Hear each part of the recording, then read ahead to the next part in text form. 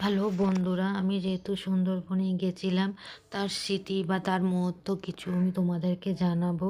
আর আমার ট্রাভেলের নামও জানাবো, ট্রাভেলের ফোন নাম্বার দেবো।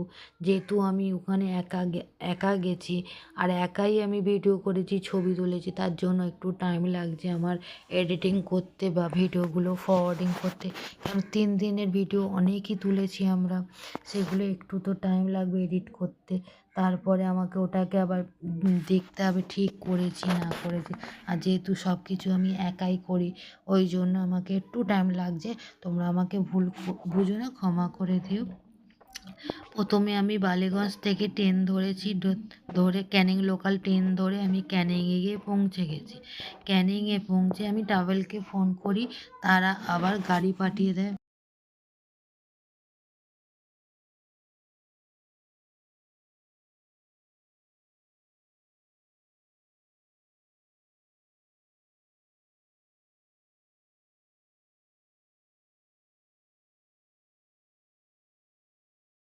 ক্যানিংয়ে পৌঁছে আমি ট্রাভেলকে ফোন করি, ট্রাভেলের গাড়ি পাঠিয়ে দেয়।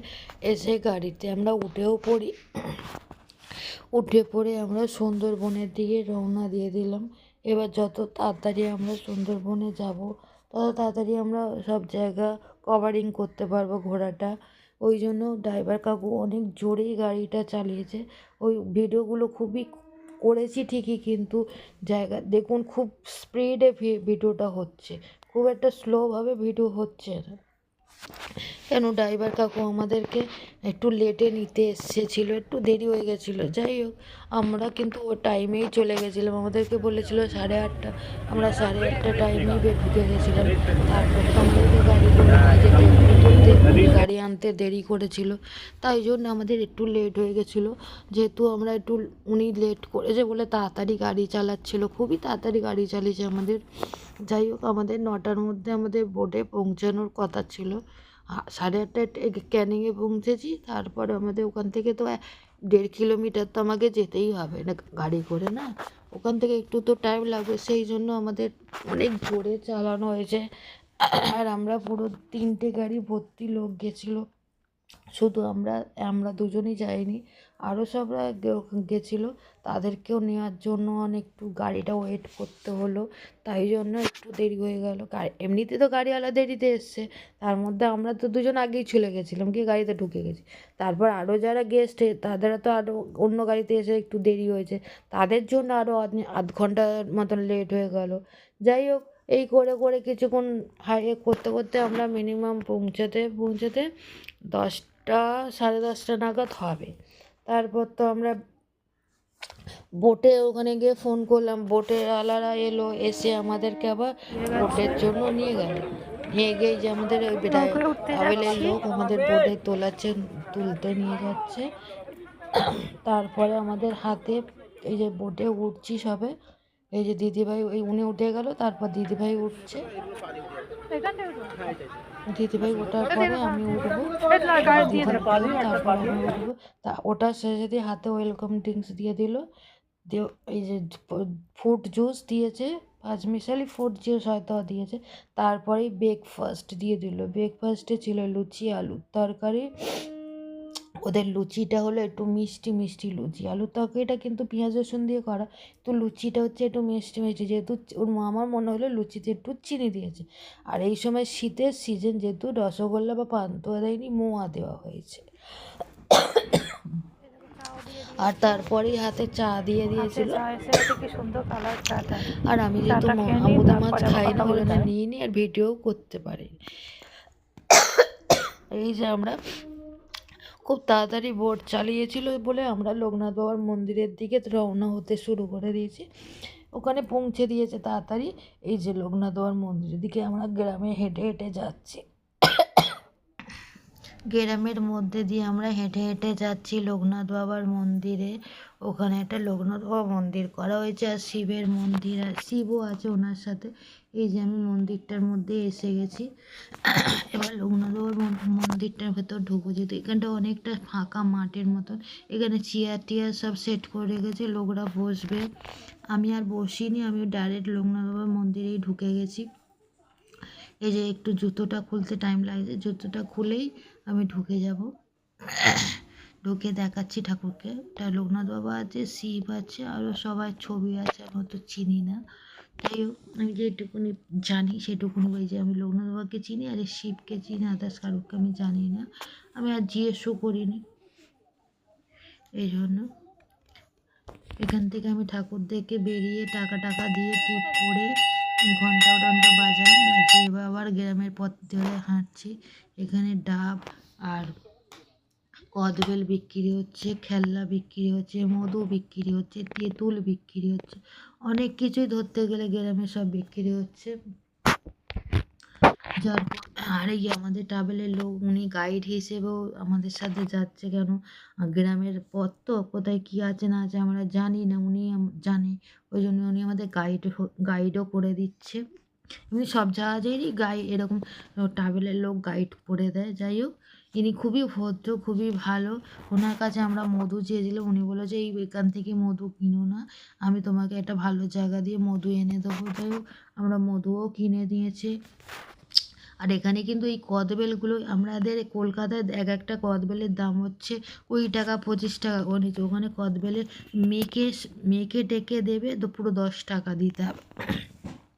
তাহলে কত ভালো দেখুন, নুন লঙ্কা সব মশলা দিয়ে কদবেলটা মেখে দিচ্ছে 10 টাকা, আর আমাদের এখানে একটা কদবেলের দামই 25 টাকা। আমি এত দুষ্টু দেখুন, ধানের মধ্যে হাত দিতে আসি, ওরা বারণ করছে তা সত্ত্বেও কথা শুনিনি আমি, এত দুষ্টু। এই যে আমি মাঠের ভেতর দিয়ে বেরিয়ে আসছি, আবার বেরিয়ে এসে এবার জাহাজ ধরবো। দুপাশে কেমন পুকুর আছে দেখুন, আমি পুকুরকে ভয় পাই। তো এই যে আমরা মাঠের মধ্যে দিয়ে যাচ্ছি, এখানে একটা বাচ্চা আছে আমাদের সাথে, খুবই ছোট, খালি পেন করে কাঁদছে, আর আমরা তাও তো ওর সাথে লাগছি। এই বাচ্চাটাই যে ছোটোটা আগেটা যাচ্ছে, আর দেখুন আমি ধানে হাত দিয়ে যাচ্ছি। আর এই যে এখানে এই পাতাটা দেখাচ্ছি, এই পাতাটা আমরা স্কুলে বাঘের চোখ বানাতাম ফাটিয়ে, সেইটা বোঝাচ্ছি।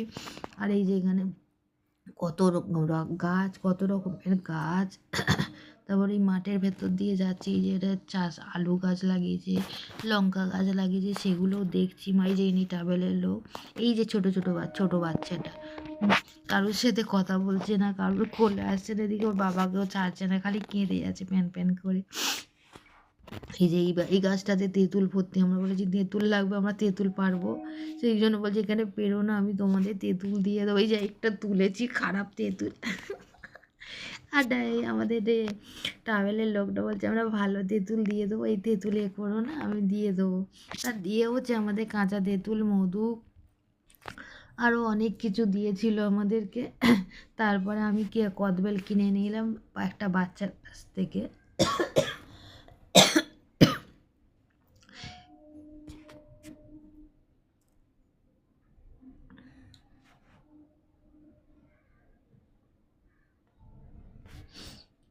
আমি পুরোটা ঘুরিয়ে দেখাচ্ছি যে মন্দিরের আশেপাশে কি আছে।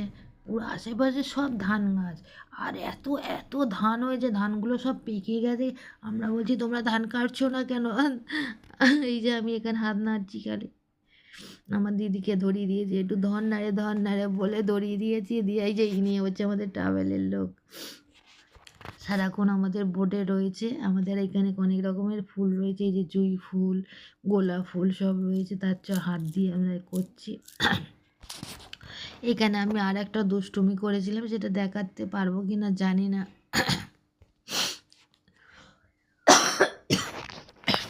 এই যে কত রকমের গাছ লাগছে ফুলের।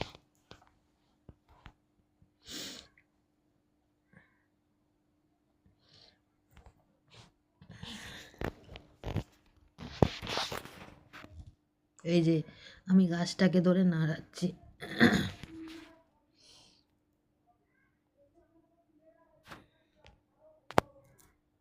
আমরা এখান দিয়ে ভেতর দিয়ে দেখছি, কি সুন্দর লাগছে দেখতে, মনে হচ্ছে জলটা এক্ষুনি আমি ধরে নিতে পারবো। এই দেখ, এই এখনো বাঁধ ভাঙছে কিন্তু, জানো তো, বাঁধ ভেঙে জল ঢুকে যাচ্ছে। দেখ, ওই তো অনেক বাঁধ ভাঙা মনে হচ্ছে, বাঁধ ভাঙছে, রাত্রেবেলা করে বাঁধ ভাঙছে। দেখ, অনেকটা এতে জল আছে। ওই যে ওই গাছগুলোর অবধি জল যায়, দেখ মাটি ভেজা। আর এমনিতে দেখ হয়েছে ওই যে কত ফুটো ফুটো আছে মাটিতে, দেখছি ওগুলো সব কাঁকড়া ওখানে উঠেছে, কাঁকড়া ভর্তি আছে, কাঁকড়াও আছে, মাছও আছে। আমি যখন এতে কিচেনে গেলাম, সবজি কেটে ফেলে দিল, খোসাগুলো, তার মানে মাছ আছে, মাছ খাবে। ওই বোতল দুটো ভাসছে দেখ।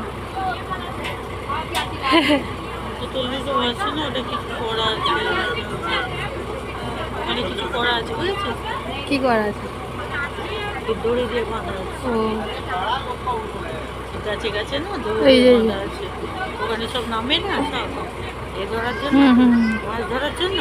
ভেতর থেকে দেখি নোংরা বোটের ভেতর বোটের বাইরে আছে, যে নিচে নেমে সব দাঁড়িয়ে আছে, ভেতরে আছে। আর বাইরেটা এত সুন্দর লাগছে দেখতে, আমার ভেতরে বসতে ইচ্ছা করছে।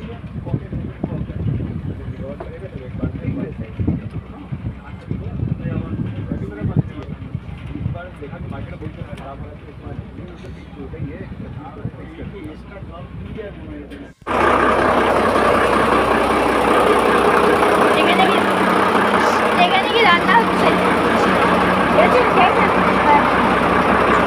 দারুণ হয়েছে রান্না। তুমি করছো রান্না?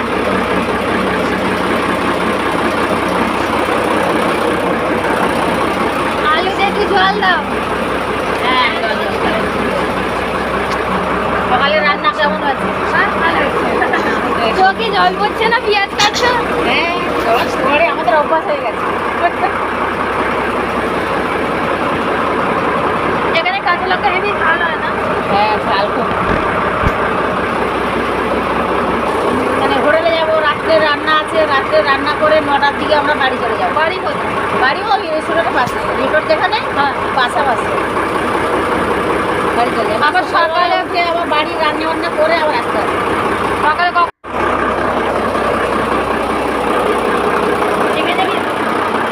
এখানে কি রান্না হচ্ছে? দারুণ হয়েছে রান্না। তুমি করছো রান্না?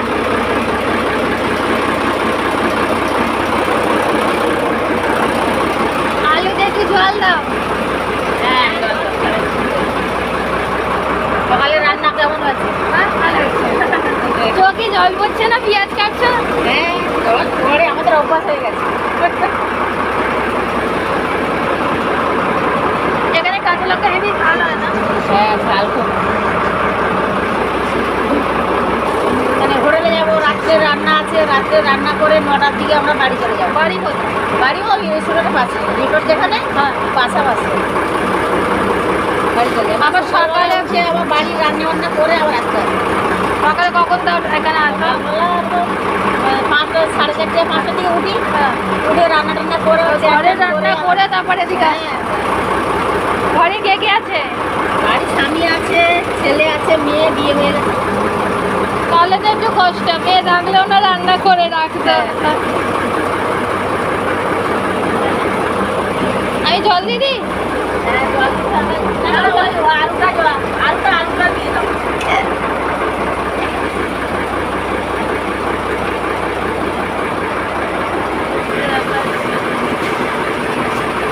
করতে আমরা নিয়ে নিলাম কতবেল মাখা। ঠিক আছে, আপনারা খাবেন তো? আমরা যখন খাবো আপনারা চেয়ে খাবো। না ওইখান থেকে নিয়ে না নাও। না ঠিক আছে, না না একটুখানি তুললে কোনো ক্ষতি হবে না। খান না। আচ্ছা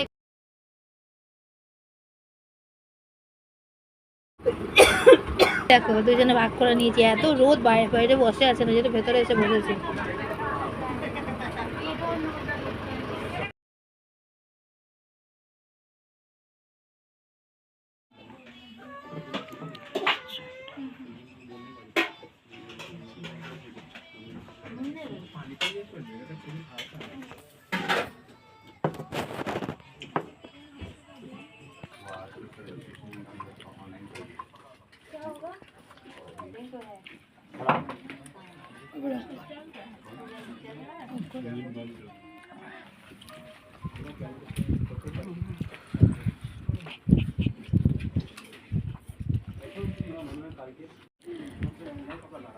छोट में स्विमिंग पूल रहता तो भालू तक चलता ना